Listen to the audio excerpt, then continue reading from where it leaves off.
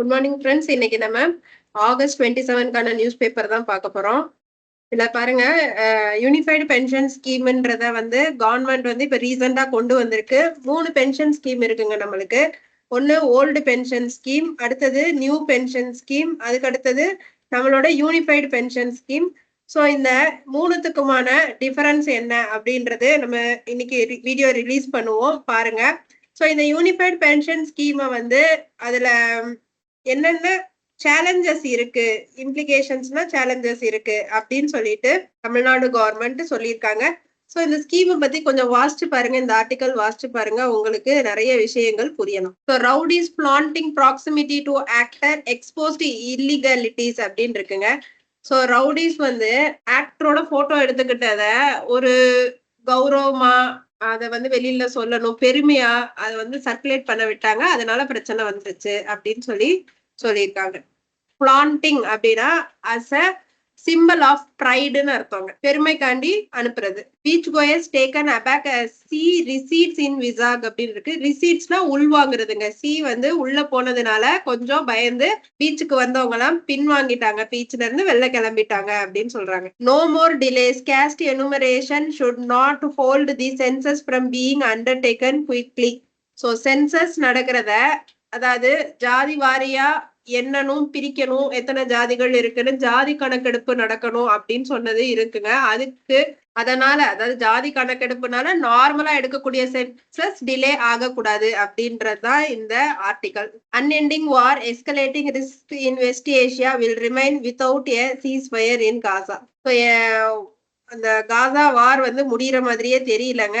அதனால என்ன பிரச்சனைகள் வரும் அப்படின்னு சொல்லிட்டு வெஸ்ட் ஏஷியால இருந்து நம்மளுக்கு இன்ஃபர்மேஷன்ஸ் வந்துட்டுதான் இருக்கு. ஆனா அவங்க இன்னும் ஒரு சமாதானத்துக்கு வரமாட்டாங்க அப்படின்னு சொல்லியிருக்காங்க. இதுல பாருங்க, employees pensioners in Punjab and Haryana dismiss UPS, call for implementation of OPS. Old pension scheme தான் வேணும்னு சொல்றாங்க. யூனிஃபைட் பென்ஷன் ஸ்கீம் அத வேண்டான்னு சொல்றாங்க. ஸோ இந்த ஆர்டிகல் வாசிச்சு பாருங்க. இங்க பாருங்க, குஜராத்ல பயங்கரமா மழை வெளுத்து வாங்கியிருக்கு. Rain lashes Gujarat, 3 dead as tractor trolley swept away. Tractors trolleys எல்லாம் அதுல போயிருச்சு.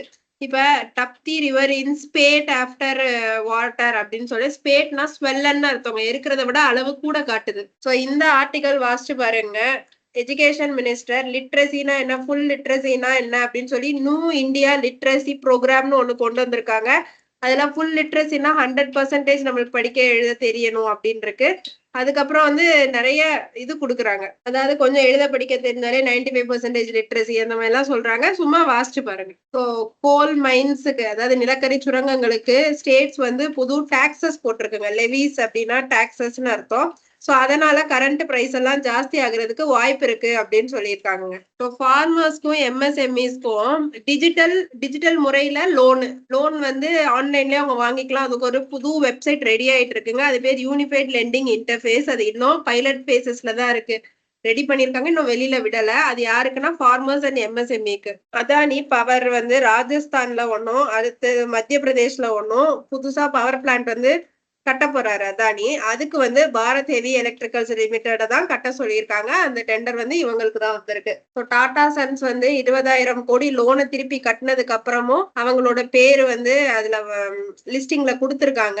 அது அவங்களோட பேலன்ஸ் ஷீட்டை இனி பப்ளிக்ல கொடுப்பாங்க. ஆனுவல் ஜெனரல் மீட்டிங்க்கு அப்புறம் 2 weeksல வெளி வந்துரும், அதுல தெரிஞ்சிரும் அப்படின்னு சொல்லியிருக்காங்க.